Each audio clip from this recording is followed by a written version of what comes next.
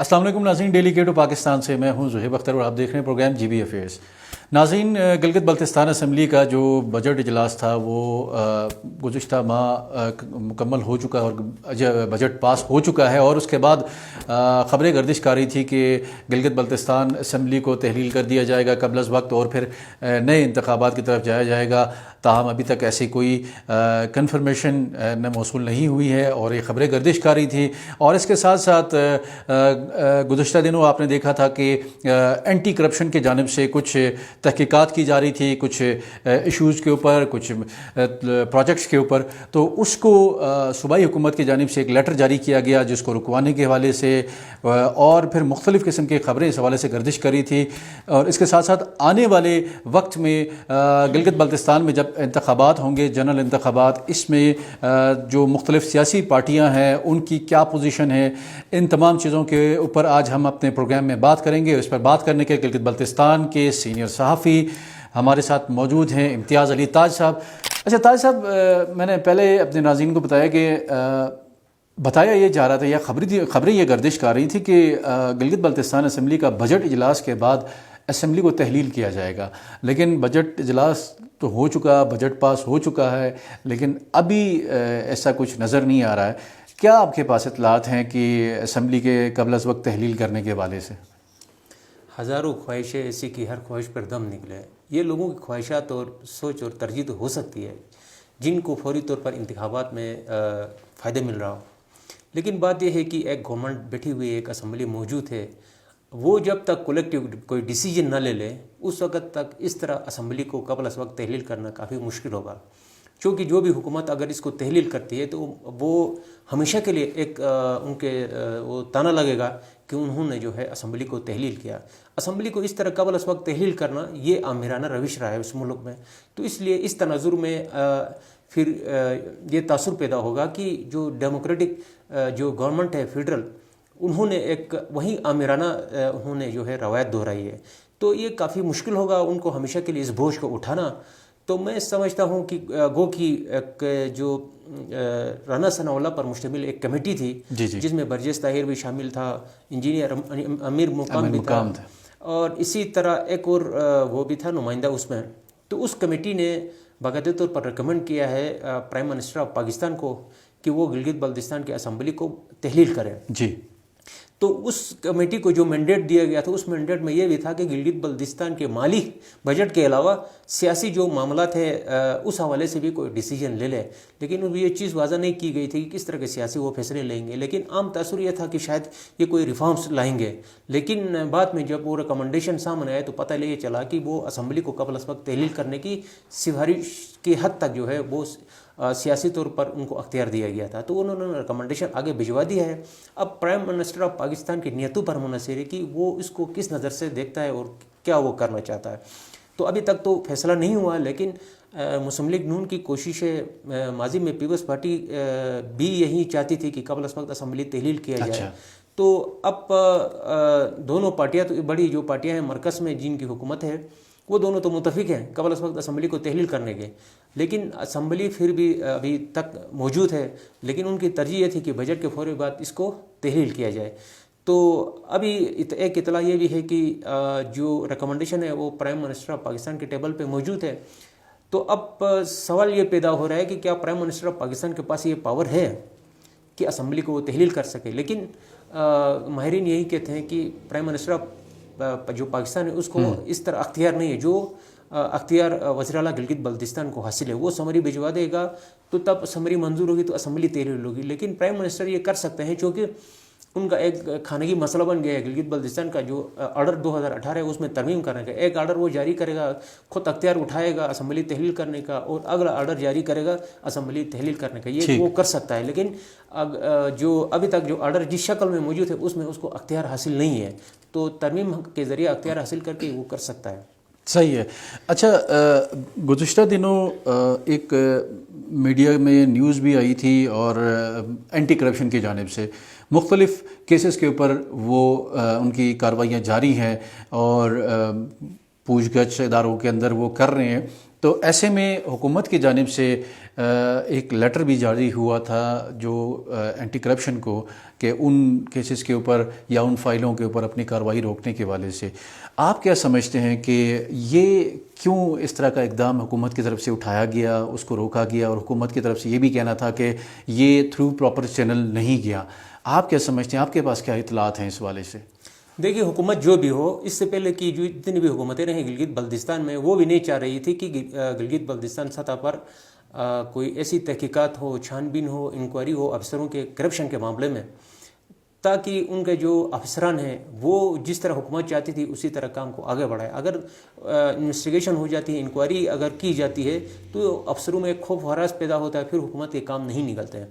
تو ماضی کی حکومتوں نے کوشش کی ہے کہ مانے کمیشن کو جو غیر فعال بنانے کی بنیادی وجہ یہی ہے کہ حکومتیں نہیں چاہتی کہ وہ احتساب کا عمل کو آگے بڑھایا جائے۔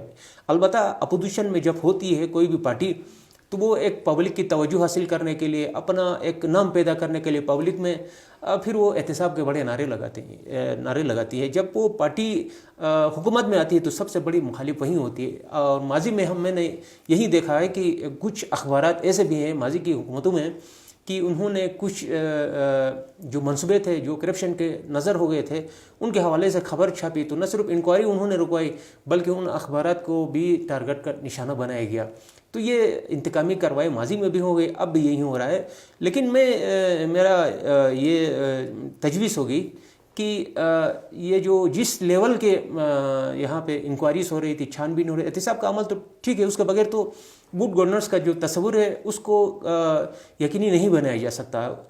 تو لیکن جس طرح کے چھوٹے نوعیت کے بڑے بڑے منصوبے ہم دیکھ رہے ہیں، بڑے بڑے لوگ اس میں انوالو ہیں، اس پہ ہاتھ نہیں ڈالا جا رہا ہے۔ تو ہم نے دیکھا ہے کہ سلیکٹیو قسم کے جو کیسز ہیں وہ اس کو دیکھا جاتا ہے اور اس کی بنیاد پر کارروائی کی جاتی ہے۔ کچھ کیسز پڑے ہوئے ہیں کئی اس سے مہینوں سے، اس پر کوئی ہاتھ ہی لگانے کے لیے تیار نہیں، جیسے کہ پاورز کے منصوبے ہیں، جیسے کہ برقس کے بڑے بڑے منصوبے ہیں۔ مانے کمیشن کے پاس آپ جائیں، 300-400 ایسے میگا کرپشن کے بڑے فائلیں ہیں، وہاں اس پر کوئی ہاتھ لگانے کے لیے تیار نہیں، کیونکہ اس کے پیچھے بڑے لوگ ملوث ہیں، بڑے بیوروکریٹ اس میں ملوث ہیں، تو اس پر تو کوئی ہاتھ نہیں لگا رہا ہے۔ چھوٹے چھوٹے جو پروجیکٹ ہیں LGRT کی کتنی وہ ہوں گی ترقیاتی منصوبے کی مالیت، تو آپ بھی سمجھتے ہیں، میں بھی سمجھتا ہوں۔ اس کی بجائے وہ پاور کے منصوبے ہیں، ورکس کے منصوبے ہیں، دیگر جو بڑے میگا پروجیکٹس ہیں اس پر ہاتھ ڈالیں، اس پر تو کوئی تیار نہیں ہے۔ اگر آپ کے پاس انکوائری کے لیے وقت موجود نہیں ہے، عملہ موجود نہیں ہے، تو مانے کمیشن کے پاس ہے بہت سارے فائلیں پڑی ہوئی ہیں، انہوں نے چیف سیکرٹری کو بھی بھجوایا ہے، گورنر کو بھی بھجوایا ہے، اور وزیر اعلیٰ کو بھی بھجوایا ہے، لیکن کہیں سے بھی گزشتہ 10-15 سالوں سے ہم دیکھ رہے ہیں کہ کسی ایک فائل پر بھی کوئی ہاتھ لگانے کے لیے تیار نہیں۔ ایک فائل کے بارے میں تو یہ مشہور ہے کہ وہ فائل ورس کے سیکرٹری کو بھجوا دی گئی، تو وہاں سے وہ فائل ہی غائب کر دی گئی۔ یہ اس طرح کی صورتحال ہے۔ تو بہرحال جو حکومت کا رویہ ہے وہ احتساب کے عمل میں بھی ایک بڑا رکاوٹ ہے۔ حکومت کا یہ کہنا ہے کہ چونکہ اینٹی کرپشن جو محکمہ ہے وہ ہم سے منظوری لیے بغیر، ہم سے NOC لیے بغیر، ہماری پرمیشن کے بغیر وہ کسی بھی معاملے میں، کسی بھی امبیزلمنٹ میں وہ انکوائری نہیں کر سکتے ہیں۔ تو اگر بفرض محال اگر ایسا ہی اختیار حکومت کے پاس ہے تو پھر یہ ادارے خود مختاری کے ساتھ کرپشن کے خلاف کارروائی کیسے کریں گے؟ ان اداروں کو آپ نے کیوں بنایا؟ یہ ایک سوالیہ نشان۔ بہرحال یہ ایک کریڈٹ بھی جاتا ہے کہ یہ اینٹی کرپشن اس سے پہلے انفارمیشن ٹیکنالوجی کا محکمہ، یہ محکمہ اور جیل خانہ جات کا محکمے تھے، اس میں کسی کو سزا دینے کے لیے آپ انفارمیشن بھی اس میں شامل کریں، وہ سزا کے طور پر ان کو وہاں پہ بھجوایا جاتا ہے، جن افسروں کو کھڈے لائن لگانا ان کو وہاں پہ بھجوایا جاتا ہے۔ لیکن یہ بھی اینٹی کرپشن کے جو سربراہ ہے اس کو ایک کریڈٹ جاتا ہے کہ اس نے وہ ماضی کی طرح ہاتھ پہ ہاتھ درے بیٹھنے کی بجائے اس نے کوشش کی کہ اس محکمے کو اس کا فعال بنانے کے لیے اس کا کردار ادا کیا جائے۔ تو انہوں نے بہت سارے لوگوں کے خلاف کارروائی کی اور بہت سارے لوگوں کا احتساب انہوں نے شروع کیا، جو کہ ایک اچھا اور نیک عمل ہے۔ صحیح ہے۔ اچھا تاج صاحب، اکثر جو صوبائی حکومتیں ہوتی ہیں جب ان کا ٹینیور پورا ہونے لگتا ہے، کوئی 4-5 ماہ 6 ماہ رہتے ہیں، تو پھر ایک جنگ چھڑ جاتی ہے بیوروکریسی اور حکومت کے درمیان۔ تو کیا آپ سمجھتے ہیں کہ گزشتہ دنوں اسی مسئلے کے اوپر صوبائی حکومت نے ایک پریس کانفرنس کی تھی جس کے اندر منسٹر انفارمیشن بھی موجود تھے, رحمت خالق صاحب بھی موجود تھے, وزیر بلدیات بھی اس میں موجود تھے. تو وہاں پر انہوں نے اسی مسئلے کے اوپر ایک پریس کانفرنس کی اور دبے الفاظ میں ایک کہہ سکتے ہیں کہ ایک تھریٹ بھی کیا گیا اینٹی کرپشن کو. تو کیا آپ سمجھتے ہیں کہ واقعی ابھی ایک جو جنگ ہوتی تھی ایک بیوروکریسی اور حکومت کے درمیان, صوبائی وزراء کے درمیان, وہ اب چھڑ چکی ہے کیونکہ حکومت کا جو ٹینیور ہے وہ کمپلیٹ ہونے کو ہے؟ تو ایسا کچھ آپ کو نظر آ رہا ہے؟ یہ ہر دور میں ایسا ہوتا رہا. اس سے پہلے بھی جتنی مہدی شاہ صاحب کی حکومت, وہاں سے ایک چیف سیکرٹری آیا, اس نے ان کی حکومت کو ہی غیر فعال بنا کے رکھ دیا. اس کے بعد حفیظ وانی صاحب آئے. وانی نے بھی جو حکومت تھی اس وقت, یہ اسمبلی میں تقرریں کر رہے تھے اس کے خلاف, تو وہ بجٹ اپنی مرضی سے خرچ کرتا تھا, اسمبلی کو مشورہ نہیں لیتا تھا, حکومت کو غیر فعال بنا کے اس نے رکھ دیا تھا. اس کے بعد جو ہے اب بھی یہی صورتحال ہے, اور حکومت کی جیسے جیسے دن کم ہوتے جا رہے ہیں اور اسی طرح ہی بیوروکریسی اس پر حاوی ہوتی جاتی ہے. تو یہ پرانی ایک روایت ہے. تو بیوروکریسی کب چاہے گی کہ اس کے اختیارات جو حکومت استعمال کرے. تو بہرحال ایک چیف سیکرٹری کے ساتھ یہ بھی ہوا ہے کہ اس نے جب ایک منتخب حکومت کو غیر فعال بنانے کی کوشش کی, جب اس کا تبادلہ ہوا تو پھر وہ جس وزیر اعلیٰ کے خلاف وہ سازشیں کرتا تھا, اس کو غیر فعال بنانے کی کوشش کر رہا تھا, اس کو کمزور کرنے کی کوشش کر رہا تھا, اپنا ایسیا لکھوانے کے لیے اس کے گھر میں جا کر منت ترلے کیے, بعد میں معافیاں بھی مانگی. تو یہ نوبت آنی ہے, تو اس لیے ذرا جو ہے احتیاط کے ساتھ چلنا چاہیے. اور یہ نہیں ہونا چاہیے کہ منتخب حکومت کو اب بائی پاس کر کے جو منتخب حکومت ہے ان کے جو طور طریقے ہیں, ان کے جو قوانین اختیارات ہیں, اس کو بلڈوز کر کے اب اپنی مرضی چلائیں. بہرحال حکومت کو بھی نیک کے ساتھ ان معاملات کو دیکھنے کی ضرورت ہے, چونکہ اگر یہ بدنیتی کا مظاہرہ کیا گیا, کسی فرد واحد کو بچانے کی کوشش کی گئی, اس کا تحفظ کرنے کی کوشش کی گئی, یا اس سے ناجائز کام لینے کے لیے اس کی پروٹیکشن کے لیے اداروں کے ساتھ آپ نے جو ہے اسی طرح اگر تصادم کا راستہ اختیار کیا, تو یہ بیڈ گورننس کا ایک بدترین تصور پیدا ہوگا, جس کی ناکامی کا جو الزام ہے وہ حکومت پر آئے گا, بیوروکریسی پر کوئی عائد نہیں کرے گا. تو اس لیے چاہیے کہ یہ ایک ماتحت ادارہ ہے اینٹی کرپشن, تو اگر وہ کوئی خلاف قانون کام کر رہا ہے تو اس کو کسی بند کمرے میں بٹھا کر آپ سمجھا دیں, یا وہ آپ کو قائل کرے یا آپ ان کو ایک قائل کریں, جو بھی قائل ہوتا ہے اسی راستے پر چلیں. لیکن یہ کوئی طریقہ نہیں ہے کہ آپ وزراء کا ایک ہجوم آ کر ایک ادارے اور ایک افسر کے خلاف آپ پریس کانفرنس کریں اور حکومت اسٹیٹمنٹ دے دے اپنے افسروں اور اداروں کے خلاف. تو اس سے یہ تاثر ملتا ہے کہ حکومت برائے نام موجود ہے اعلیٰ عمارتوں کے حد تک, باقی عملی طور پر جو ہے جو بیوروکریسی جس کے ذریعے انہوں نے امپلیمنٹ کرنا ہے اپنے احکامات کا, وہ تو اس سے ماننے کے لیے تیار نہیں ہے. تو اس تاثر کو زائل کرنے کے لیے حکومت کو بھی اپنا جو کمبل ہے اس کو زیادہ پھیلانے سے گریز کرنا چاہیے. صحیح ہے. اچھا تاج صاحب, ابھی یہ پہلے تو یہ کہا جا رہا تھا کہ یہ الیکشن کا سال ہے, لیکن اب الیکشن اس سال تو نظر نہیں آ رہے ہیں. ہو سکتا ہے یہ اگلے سال اپریل مئی تک یہ چلا جائے اور اپریل مئی میں انتخابات ہوں. آپ کیا سمجھتے ہیں کہ کیونکہ سیاسی جماعتوں نے اب الیکشن کے لیے جو ہے نا کہ وارم اپ ہونا شروع ہو گئے, تو مختلف جو رہنما ہیں وہ اپنی تیاری پکڑ رہے ہیں, تو یہاں پر 3 بڑی سیاسی جماعتیں ہیں, مسلم لیگ نون, Peoples Party, P T I. تو بات کرتے ہیں سب سے پہلے پیپلز پارٹی کی, تو کیا سمجھتے ہیں کہاں پہ نظر آ رہی ہے آپ کو؟ دیکھیں اس وقت اسمبلی کے حساب سے بھی آپ دیکھ لیں, ماضی کے جتنے بھی الیکشنز ہوئے ہیں وہ مذہبی جماعتوں سے مقابلہ کرنا ہو, کسی وفاقی جو ڈکٹیٹرز کی جو جماعتیں ہیں ان سے مقابلہ کرنا ہو, یا سیاسی جماعتوں سے مقابلہ کرنا ہو, تو آپ 1994 کے بعد جو پہلے انتخابات ہوں گے اس کے بعد انورڈ آپ دیکھ لیں تو پیپلز پارٹی نے ہر وفاقی حکومت کی جو جماعت ہوتی ہے پسندیدہ, اس کے ساتھ انہوں نے مقابلہ کیا. تو اس کے بعد 2015 میں مسلم لیگ نون ایک بہت بڑی طاقت بن کر ابھری. اس کے بعد پھر 2020 میں پی ٹی آئی جو ہے وہ حکومت بنانے میں کامیاب ہو گئی گلگت بلتستان میں. تو بہرحال بات یہ ہے کہ گراؤنڈ پہ دیکھا جائے, امیدواروں کے حساب سے دیکھا جائے تو پیپلز پارٹی زیادہ مضبوط ہے. لیکن نون لیگ کو یہ ایڈوانٹیج جاتا ہے, وفاق میں اس کی جماعت ہے, تو لیکن نون لیگ حلقوں میں کافی کمزور نظر آ رہی ہے, جبکہ پیپلز جو تحریک انصاف ہے وہ اس وقت زیر عطاف ہے. زیر عطاف ہونے کی وجہ سے ووٹر اس کے بے شک موجود ہے. ووٹر کے اعتبار سے دیکھا جائے تو تحریک انصاف سب سے مضبوط نظر آ رہی ہے, لیکن اس مضبوطی سے فائدہ اٹھانے کے لیے اب جو سوٹیبل جو کینڈیڈیٹ ہیں وہ ان کو میسر آتے ہی نہیں آتے. یہ بہت بڑا سوال ہے.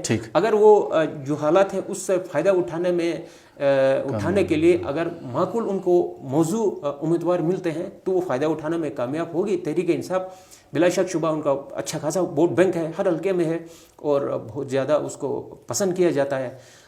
تاہم جو امیدوار ہیں ان کے پاس امیدوار نہیں, اس وقت پارٹی کا والی وارث ہی نہیں کوئی. ٹھیک, اب پارٹی کا نہ لیڈنگ کرنے والا کوئی ہے نہ پارٹی چلانے والا کوئی نظر آتا ہے.